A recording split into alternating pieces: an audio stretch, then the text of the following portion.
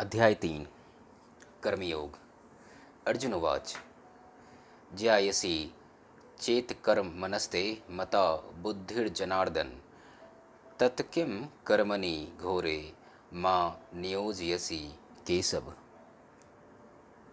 अर्थात अर्जुन ने कहा, हे जनार्दन, हे केशव, यदि आप बुद्धि को सकाम कर्म से श्रेष्ठ समझते हैं तो फिर आप मुझे इस घोर युद्ध में क्यों लगाना चाहते हैं। तात्पर्य: श्री भगवान कृष्ण ने पिछले अध्याय में अपने घनिष्ठ मित्र अर्जुन को संसार के शोक सागर से उबारने के उद्देश्य से आत्मा के स्वरूप का विशद वर्णन किया है और आत्म साक्षात्कार के जिस मार्ग की संस्तुति की है वह है बुद्धि योग या कृष्ण भावनामृत। कभी कभी कृष्ण भावनामृत को भूल से जड़ता समझ लिया जाता है और ऐसी भ्रांत धारणा वाला मनुष्य भगवान कृष्ण के नाम जप द्वारा पूर्णतया कृष्ण भावना भवित होने के लिए प्रायः एकांत स्थान में चला जाता है। किंतु कृष्ण भावनामृत दर्शन में प्रशिक्षित हुए बिना एकांत स्थान में कृष्ण नाम जाप करना ठीक नहीं। इससे अबोध जनता से केवल सस्ती प्रशंसा प्राप्त हो सकती है। अर्जुन को भी कृष्ण भावनामृत या बुद्धि योग ऐसा लगा मानो वह स्वक्रिय जीवन से संन्यास लेकर एकांत स्थान में तपस्या का अभ्यास हो। दूसरे शब्दों में वह कृष्ण भावनामृत को बहाना बनाकर चातुरीपूर्वक युद्ध से भी छुड़ाना चाहता था। किंतु एक निष्ठ शिष्य होने के नाते उसने यह बात अपने गुरु के समक्ष रखी और कृष्ण से सर्वोत्तम कार्यविधि के विषय में प्रश्न किया। उत्तर में भगवान ने तृतीय अध्याय में कर्मयोग अर्थात कृष्ण भावना भवित कर्म की विस्तृत व्याख्या की। व्यामिश्रेणेव वाक्येन बुद्धिं मोह यसीव में तदेकम वद निश्चित्य येन श्रेयो हमा पुनुयाम। आपके व्यामाश्रित अनेकार्थक उपदेशों से मेरी बुद्धि मोहित हो गई है, अतः कृपा करके निश्चय पूर्वक मुझे बताएं कि इनमें से मेरे लिए सर्वाधिक श्रेयस्कर क्या होगा। तात्पर्य: पिछले अध्याय में भगवद गीता के उपक्रम के रूप में सांख्य योग, बुद्धि द्वारा इंद्रिय निग्रह, निष्काम कर्मयोग तथा नव दीक्षित की स्थिति जैसे विभिन्न मार्गों का वर्णन किया गया है। किंतु उसमें तारतम्य नहीं था। कर्म करने तथा समझने के लिए मार्ग की अधिक व्यवस्थित रूपरेखा की आवश्यकता होगी। अतः अर्जुन इन भ्रामक विषयों को स्पष्ट कर लेना चाहता था, जिससे सामान्य मनुष्य बिना किसी भ्रम के उन्हें स्वीकार कर सके। यद्यपि श्री कृष्ण वाक्चातुरी से अर्जुन को चकराना नहीं चाहते थे, किंतु अर्जुन यह नहीं समझ सका कि कृष्ण भावनामृत क्या है, जड़ता है या कि सक्रिय सेवा। दूसरे शब्दों में अपने प्रश्नों से वह उन समस्त शिष्यों के लिए जो भगवद गीता के रहस्य को समझना चाहते हैं कृष्ण भावनामृत का मार्ग प्रशस्त कर रहा है। श्री भगवान उवाच लोके इस्मिन् द्विविधा निष्ठा पुरा प्रोक्ता मया नघ ज्ञान योगेन संख्यानाम कर्म योगेन योगिनाम। अर्थात श्री भगवान ने कहा, हे निष्पाप अर्जुन, मैं पहले ही बता चुका हूँ कि आत्म साक्षात्कार का प्रयत्न करने वाले दो प्रकार के पुरुष होते हैं। कुछ उसे ज्ञान योग द्वारा समझने का प्रयत्न करते हैं तो कुछ भक्ति में सेवा के द्वारा। इसका तात्पर्य है, द्वितीय अध्याय के 39वें श्लोक में भगवान ने दो प्रकार की पद्धतियों का उल्लेख किया है, सांख्य योग तथा कर्मयोग या बुद्धि योग। इस श्लोक में इनकी ओर अधिक स्पष्ट विवेचना की गई है। सांख्य योग अथवा आत्म तथा पदार्थ की प्रकृति का वैश्लेषिक अध्ययन उन लोगों के लिए है जो व्यवहारिक ज्ञान तथा दर्शन द्वारा वस्तुओं का चिंतन एवं मनन करना चाहते हैं। दूसरे प्रकार के लोग कृष्ण भावनामृत में कार्य करते हैं, जैसा कि द्वितीय अध्याय के 61वें श्लोक में बताया गया है। 39वें श्लोक में भी भगवान ने बताया कि बुद्धि योग या कृष्ण भावनामृत के सिद्धांतों पर चलते हुए मनुष्य कर्म के बंधनों से छूट सकता है तथा इस पद्धति में कोई दोष नहीं है।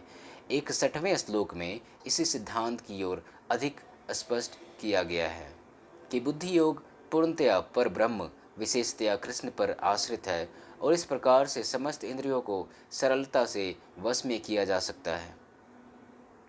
अतः दोनों प्रकार के योग का धर्म तथा दर्शन के रूप में अन्योनाश्रित हैं। दर्शन विहीन धर्म मात्र भावुकता या कभी कभी धर्मांधता है और धर्म विहीन दर्शन दर्शन मानसिक उहापोह है। अंतिम लक्ष्य तो श्री कृष्ण है, क्योंकि जो दार्शनिक जन परम सत्य की खोज करते रहते हैं वे अंततः कृष्ण भावनामृत को प्राप्त होते हैं। इसका भी उल्लेख भगवद गीता में मिलता है। संपूर्ण पद्धति का उद्देश्य परमात्मा के संबंध में अपनी वास्तविक स्थिति को समझ लेना है। इसकी अप्रत्यक्ष पद्धति दार्शनिक चिंतन है, जिसके द्वारा क्रम से कृष्ण भावनामृत तक पहुंचा जा सकता है। प्रत्यक्ष पद्धति में कृष्ण भावनामृत में ही प्रत्येक वस्तु से अपना संबंध जोड़ना होता है।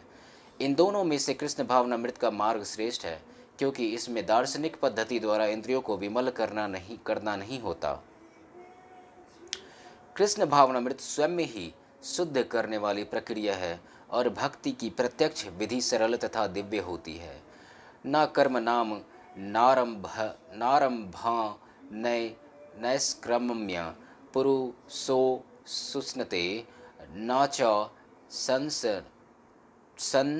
संन्यासनादेव सिंधीव समधि गच्छति।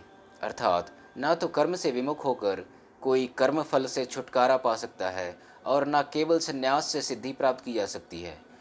इसका तात्पर्य है, भौतिकवादी मनुष्य के हृदयों को विमल करने के लिए जिन कर्मों का विधान किया गया है उनके द्वारा शुद्ध हुआ मनुष्य ही संन्यास ग्रहण कर सकता है। शुद्धि के बिना अनायास संन्यास ग्रहण करने से सफलता नहीं मिल पाती। ज्ञान योगियों के अनुसार संन्यास ग्रहण करने अथवा सकाम कर्म से विरत होने से ही मनुष्य नारायण के समान हो जाता है, किंतु भगवान कृष्ण इस मत का अनुमोदन नहीं करते। हृदय की शुद्धि के बिना संन्यास सामाजिक व्यवस्था में उत्पात उत्पन्न करता है। दूसरी ओर यदि कोई नियत कर्मों को ना करके भी भगवान की दिव्य सेवा करता है तो वह उस मार्ग में जो कुछ भी उन्नति करता है उसे भगवान स्वीकार कर लेते हैं। स्वल्पमस्य धर्मस्य त्रायते महतो भयात, ऐसे सिद्धांत की रंच मात्र संपन्नता भी महान कठिनाइयों को पार करने में सहायक होती है। न ही कश्चित तक्षणमपि जातु तिष्ठत्य कर्मकृत कार्यते ह्यवसः कर्म सर्वः प्रकृतिर्जनय गुणैः प्रकृतिर्जनय गुणैः। प्रत्येक व्यक्ति को प्रकृति से अर्जित गुणों के अनुसार विवश होकर कर्म करना पड़ता है। अतः कोई भी एक क्षण भर के लिए भी बिना कर्म किए नहीं रह सकता। इसका तात्पर्य है, यह देहधारी जीवन का प्रश्न नहीं है, अपितु आत्मा का यह स्वभाव है कि वह सदैव सक्रिय रहता है। आत्मा की अनुपस्थिति में भौतिक शरीर हिल भी नहीं सकता।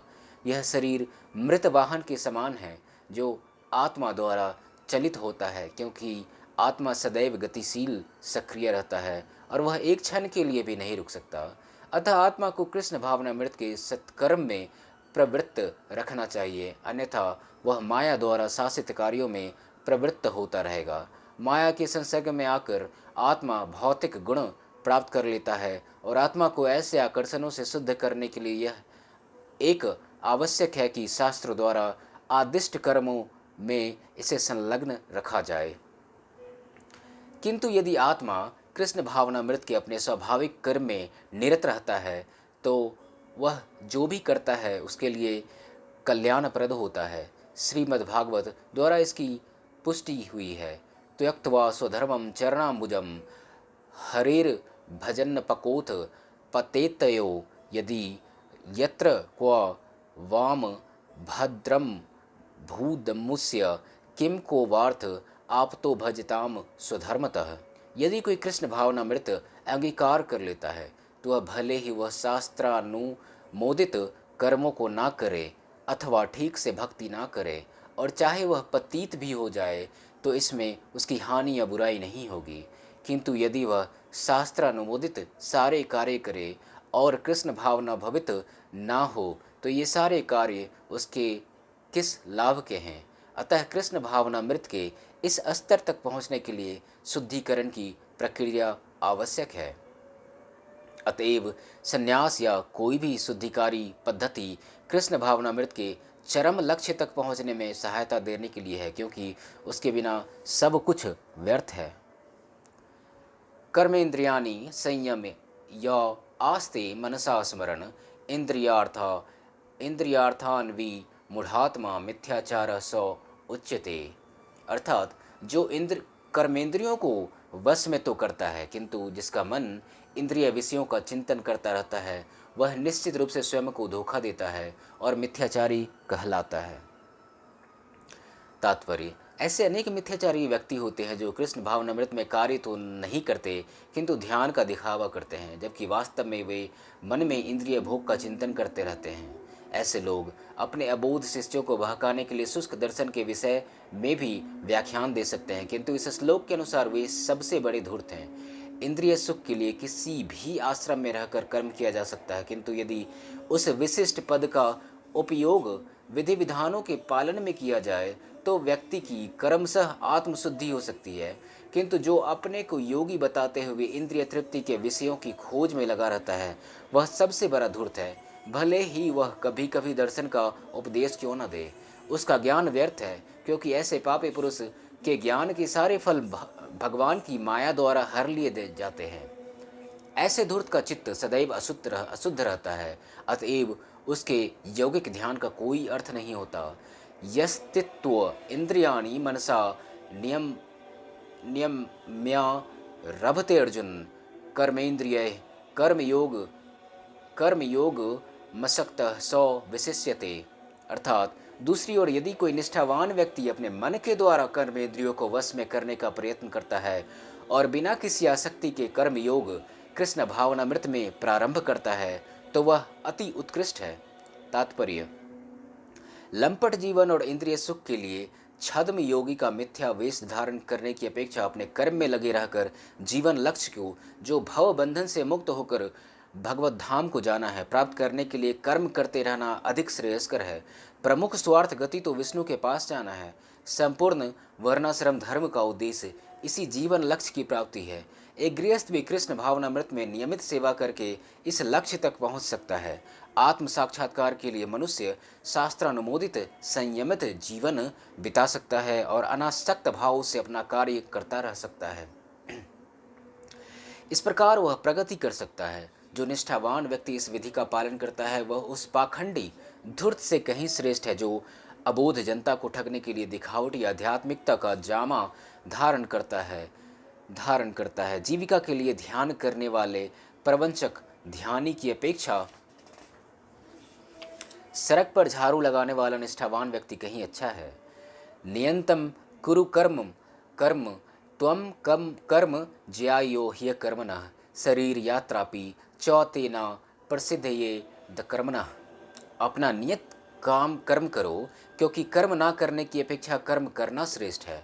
कर्म के बिना तो शरीर निर्वाह भी नहीं हो सकता। तात्पर्य: ऐसे अनेक छद्म ध्यानी हैं जो अपने आप को उच्च कुलीन बताते हैं, तथा ऐसे बड़े बड़े व्यवसायी व्यक्ति हैं जो झूठा दिखावा करते हैं कि आध्यात्मिक जीवन में प्रगति करने के लिए उन्होंने सर्वस्व त्याग दिया है। श्री कृष्ण यह नहीं चाहते थे कि अर्जुन मिथ्याचारी बने, अपितु वे चाहते थे कि अर्जुन क्षत्रियों के लिए निर्दिष्ट धर्म का पालन कर दे। अर्जुन गृहस्थ था और एक सेना नायक था, अतः उसके लिए श्रेयस्कर था कि वह उसी रूप में गृहस्थ क्षत्रिय के लिए निर्दिष्ट धार्मिक कर्तव्यों का पालन करे। ऐसे कार्यों से संसारी मनुष्य का हृदय क्रमशः विमल हो जाता है और वह भौतिक कलमश से मुक्त हो जाता है। देह निर्वाह के लिए किए गए तथाकथित त्याग संन्यास का अनुमोदन ना तो भगवान करते हैं और ना कोई धर्मशास्त्र ही। आखिर देह निर्वाह के लिए कुछ न कुछ करना होता है। भौतिकवादी वासनाओं की शुद्धि के बिना कर्म का मनमाने ढंग से त्याग करना ठीक नहीं है। इस जगत का प्रत्येक व्यक्ति निश्चय ही प्रकृति पर प्रभुत्व जताने के लिए अर्थात इंद्रिय तृप्ति के लिए मलिन प्रवृत्ति से ग्रस्त रहता है। ऐसी दूषित प्रवृत्तियों को शुद्ध करने की आवश्यकता है। नियत कर्मों द्वारा ऐसा किए बिना मनुष्य को चाहिए कि तथाकथित अध्यात्मवादी योगी बनने तथा सारा काम छोड़कर अन्यों पर जीवित रहने का प्रयास ना करे। यज्ञार्थात् कर्मणो अन्यत्र लोकोयम कर्मबंधन तदर्थम कर्म कौन्तेय मुक्त संगम समाचर। अर्थात श्री विष्णु के लिए यज्ञ रूप में कर्म करना चाहिए, अन्यथा कर्म के द्वारा इस भौतिक जगत में बंधन उत्पन्न होता है। अतः हे कुंती पुत्र, उसकी प्रसन्नता के लिए अपने नियत कर्म करो, इस तरह तुम बंधन से सदा मुक्त रहोगे। इसका तात्पर्य है, चूंकि मनुष्य को शरीर के निर्वाह के लिए भी कर्म करना होता है, तब विशिष्ट सामाजिक स्थिति तथा गुण को ध्यान में रखकर नियत कर्म इस तरह बनाए गए हैं कि उस उद्देश्य की पूर्ति हो सके। यज्ञ का अर्थ भगवान विष्णु है। सारे यज्ञ भगवान विष्णु की प्रसन्नता के लिए हैं। वेदों का आदेश है, यज्ञो वै विष्णु। दूसरे शब्दों में, चाहे कोई निर्दिष्ट यज्ञ संपन्न करे या प्रत्यक्ष रूप से भगवान कृष्ण की सेवा करे, दोनों में से एक ही प्रयोजन सिद्ध होता है। अतः जैसा कि इस श्लोक में संस्तुत किया गया है, कृष्ण भावनामृत यज्ञ ही है। वर्णाश्रम धर्म का भी उद्देश्य भगवान विष्णु को प्रसन्न करना है। वर्णाश्रमा चारवता पुरुषेन परः पुमान विष्णु राराध्यते। अतः भगवान विष्णु की प्रसन्नता के लिए कर्म करना चाहिए। इस जगत में किया जाने वाला अन्य कोई कर्म बंधन का कारण होगा, क्योंकि अच्छे तथा बुरे कर्मों के फल होते हैं और कोई भी फल कर्म करने वालों को बांध लेता है। अतः कृष्ण को प्रसन्न करने के लिए कृष्ण भावना भवित होना होगा, और जब कोई ऐसा कर्म करता है तो वह मुक्त दशा को प्राप्त रहता है। यही महान कर्म कौशल है, और प्रारंभ में इस विधि में अत्यंत कुशल मार्गदर्शन की आवश्यकता होती है। तब भगवत भक्त के निर्देशन में या साक्षात भगवान कृष्ण के प्रत्यक्ष आदेश के अंतर्गत, जिनके अधीन अर्जुन को कर्म करने का अवसर मिला था, मनुष्य को परिश्रम पूर्वक कर्म करना चाहिए। इंद्रिय तृप्ति के लिए कुछ भी नहीं किया जाना चाहिए, अपितु हर कार्य कृष्ण की प्रसन्नता के लिए होना चाहिए। इस विधि से न केवल कर्म के बंधन से बचा जा सकता है, अपितु इससे मनुष्य को कर्म से भगवान की वह प्रेमा भक्ति प्राप्त हो सकेगी जो भगवत धाम को ले जाने वाली है। सह्यज्ञा प्रजा सृष्ट्वा पुरोवाच प्रजापति अनेन प्रसविष्य ध्वमेश वोस्तित्वष्ट कामधुक। सृष्टि के प्रारंभ में समस्त प्राणियों के स्वामी प्रजापति ने विष्णु के लिए यज्ञ सहित मनुष्यों द्वारा तथा देवताओं की संततियों को रचा और उनसे कहा, तुम उस यज्ञ से सुखी रहो, क्योंकि इसके करने से तुम्हें सुखपूर्वक रहने तथा मुक्ति प्राप्त करने के लिए समस्त वांछित वस्तुएं प्राप्त हो सकेंगी। इसका तात्पर्य है, प्राणियों के स्वामी विष्णु द्वारा भौतिक सृष्टि की रचना बद्ध जीवों के लिए भगवत धाम वापस जाने का सुअवसर है। इस सृष्टि के सारे जीव प्रकृति द्वारा बद्ध हैं, क्योंकि उन्होंने श्री भगवान विष्णु या कृष्ण के साथ अपने संबंध को भुला दिया है। इस शाश्वत संबंध को समझने में वैदिक नियम हमारी सहायता के लिए हैं। जैसा कि भगवद गीता में कहा गया है, वैदेश्च सर्वरैहमेव वेद्य। भगवान का कथन है कि वेदों का उद्देश्य मुझे समझना है। वैदिक स्तुतियों से में कहा गया है, पतिम विश्वस्त्या त्वे तमे स्वरम। अतः जीवों के स्वामी श्री भगवान कृष्ण हैं। श्री मद्भागवत में भी श्रील सुखसेव गोस्वामी ने भगवान को अनेक रूपों में पति कहा है। श्री पतिर्यज्ञपति प्रजापतिर्ध्याम पतिर्लोक पतिर्धरापति पतिर्गतिश्चांद कर्वस्ना सात्वताम प्रसिद्धताम मे भगवान सतामपति। प्रजापति जो भगवान विष्णु हैं, और वे समस्त प्राणियों के, समस्त लोकों के तथा सुंदरता के स्वामी हैं और हर एक के त्राता हैं। भगवान ने इस भौतिक जगत को इसलिए रचा है कि बद्ध जीव यह सीख सकें कि वे विष्णु को प्रसन्न करने के लिए किस प्रकार यज्ञ करें, जिससे वे इस जगत में चिंता रहित होकर सुखपूर्वक रह सकें तथा इस भौतिक देह का अंत होने पर भगवत धाम को जा सके।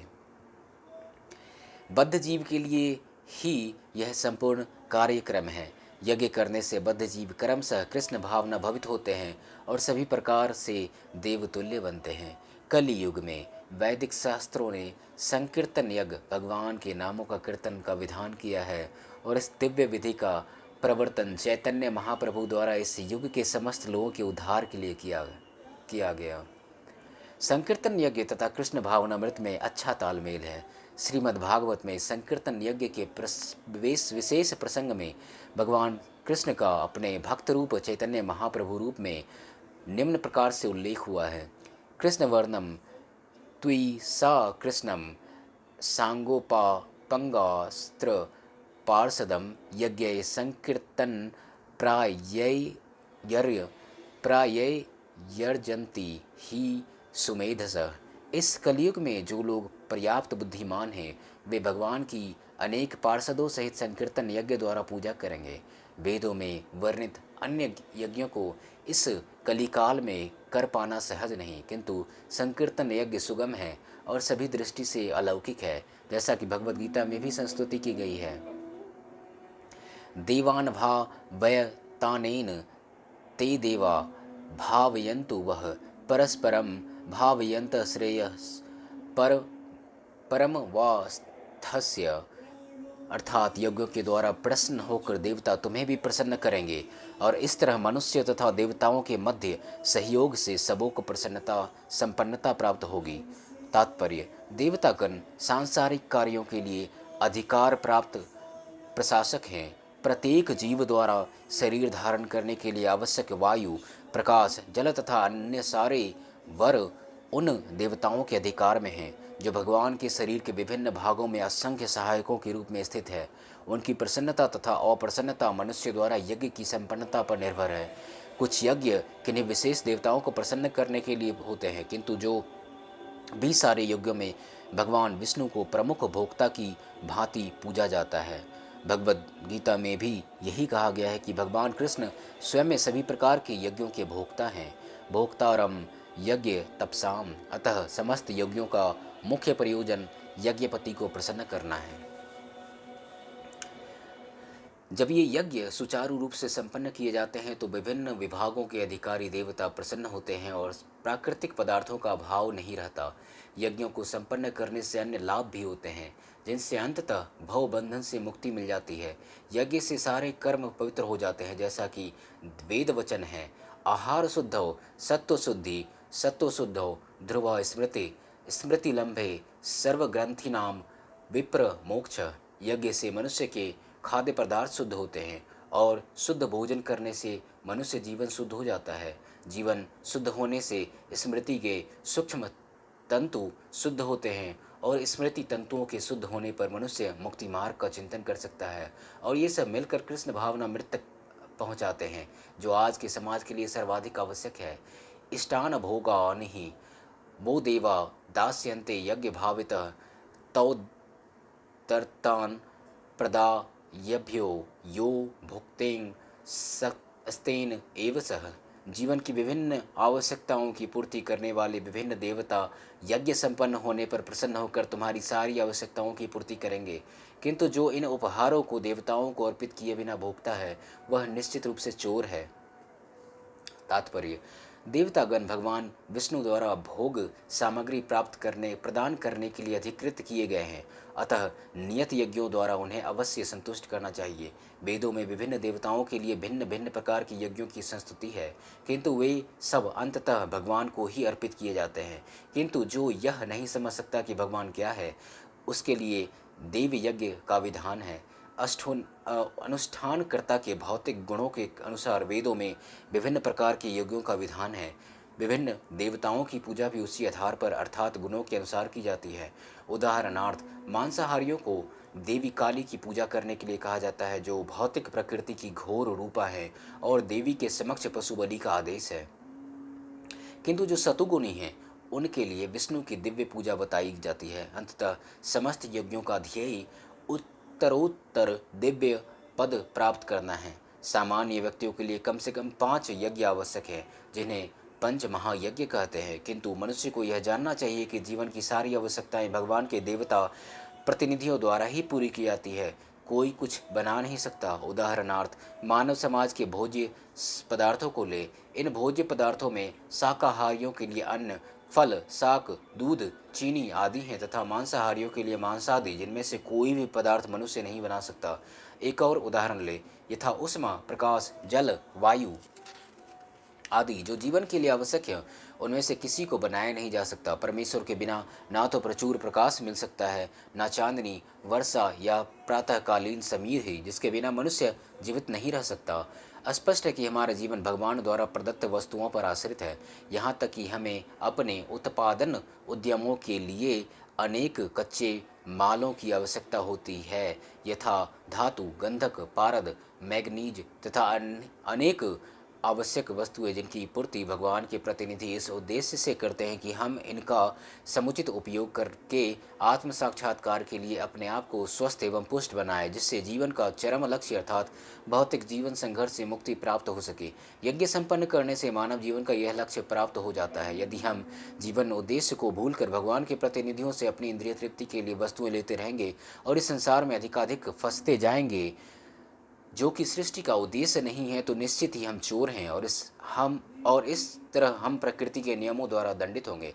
चोरों का समाज कभी सुखी नहीं रह सकता, क्योंकि उनका कोई जीवन लक्ष्य नहीं होता। भौतिकवादी चोरों का कभी कोई जीवन लक्ष्य नहीं होता। उन्हें तो केवल इंद्रिय तृप्ति की चिंता रहती है। वे नहीं जानते कि यज्ञ किस तरह किए जाते हैं, किंतु चैतन्य महाप्रभु ने यज्ञ संपन्न करने की सरलतम विधि का प्रवर्तन किया है। यह है संकीर्तन यज्ञ, जो संसार के किसी भी व्यक्ति द्वारा जो कृष्ण भावनामृत के सिद्धांतों को अंगीकार करता है, संपन्न किया जा सकता है। यज्ञसिष्टासिनः संतो मुच्यन्ते सर्व की किल्बिषै भुंजते ते त्वघम पापा ये पंचत्यात्म कारणात्। भगवान के भक्त सभी प्रकार के पापों से मुक्त हो जाते हैं, क्योंकि वे यज्ञ में अर्पित किए भोजन प्रसाद को ही खाते हैं। अन्य लोग जो अपने इंद्रिय सुख के लिए भोजन बनाते हैं, वे निश्चित रूप से पाप खाते हैं।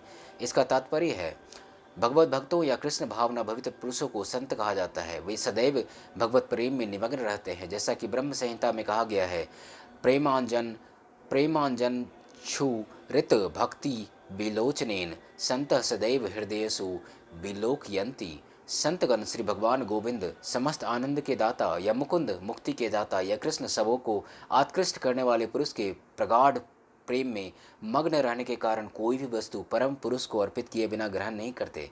फलतः ऐसे भक्त पृथक पृथक भक्ति साधनों के द्वारा यथा श्रवण, कीर्तन, स्मरण, अर्चन आदि के द्वारा यज्ञ करते रहते हैं, जिससे वे संसार की संपूर्ण पापमयी संगति के कलमश से दूर रहते हैं। अन्य लोग जो अपने लिए या इंद्रिय तृप्ति के लिए भोजन बनाते हैं, वे न केवल चोर हैं, अपितु सभी प्रकार के पापों को खाने वाले हैं। जो व्यक्ति चोर तथा पापी दोनों हो, भला वह किसी तरह सुखी रह सकता है? यह संभव नहीं। अतः सभी प्रकार से सुखी रहने के लिए मनुष्य को पूर्ण कृष्ण भावनामृत में संकीर्तन यज्ञ करने की सरल विधि बताई जानी चाहिए, अन्यथा संसार में शांति या सुख नहीं हो सकता। अन्नाद भवन्ति भूतानि पर्जन्यादन्न संभवः यज्ञाद्भवति पर्जन्यो यज्ञ कर्म समूदभव।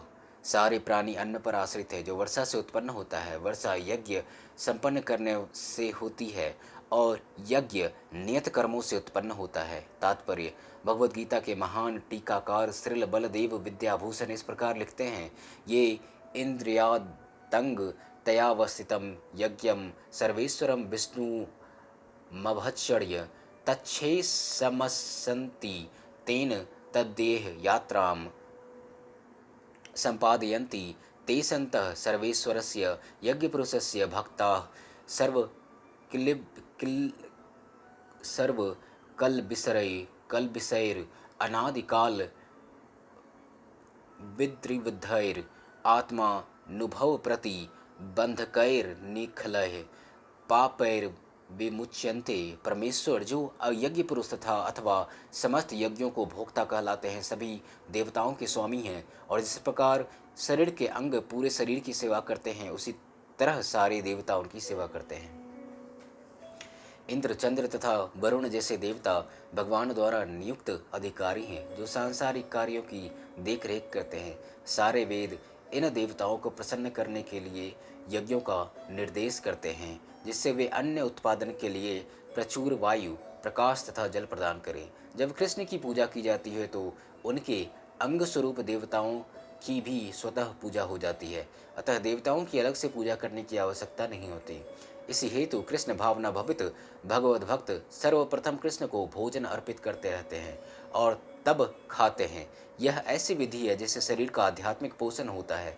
ऐसा करने से न केवल शरीर के विगत पापमय कर्म फल नष्ट होते हैं, अपितु शरीर प्रकृति के समस्त कलमशों से निरापाद हो जाता है। जब कोई छूत का रोग फैलाता है तो इसके आक्रमण से बचने के लिए रोगानुरोधी टीका लगाया जाता है। इसी प्रकार भगवान विष्णु को अर्पित करके ग्रहण किया जाने वाला भगवान भोजन हमें भौतिक दूषण से निरापद बनाता है, और जो इस विधि का अभ्यस्त है वह भगवत भक्त कहलाता है।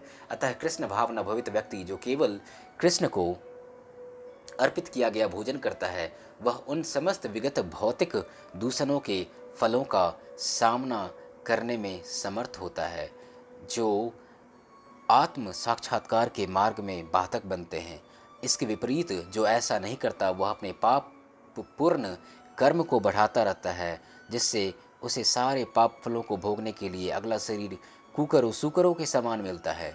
यह भौतिक जगत नाना कलमशों से पूर्ण है, और जो भी भगवान के प्रसाद को ग्रहण करके उनसे निरापद हो लेता है वह उनके आक्रमण से बच जाता है, किंतु जो ऐसा नहीं करता वह कलमश का लक्ष्य बनता है। अन्न अथवा शोक वास्तव में खाद्य हैं। मनुष्य विभिन्न प्रकार के अन्न, शाक, फल आदि खाते हैं, जबकि पशु इन पदार्थों के मांस खाने के अभ्यस्त हैं। उन्हें भी शाक के उत्पादन पर निर्भर रहना पड़ता है, क्योंकि पशु शाक ही खाते हैं। अतएव हमें अंततोगत्वा खेतों के उत्पादन पर ही आश्रित रहना है, बड़ी बड़ी फैक्ट्रियों के उत्पादन पर नहीं। खेतों का यह उत्पादन आकाश से होने वाली प्रचुर वर्षा पर निर्भर करता है, और ऐसी वर्षा इंद्र, सूर्य, चंद्र आदि देवताओं के द्वारा नियंत्रित होती है। ये देवता भगवान के दास है। भगवान को यज्ञों के द्वारा संतुष्ट रखा जा सकता है, अतः जो इन यज्ञों को संपन्न नहीं करता उसे अभाव का सामना करना होगा। यही प्रकृति का नियम है। अतः भोजन के अभाव से बचने के लिए यज्ञ, और विशेष रूप से इस युग के लिए संस्तुत संकीर्तन यज्ञ संपन्न करना चाहिए।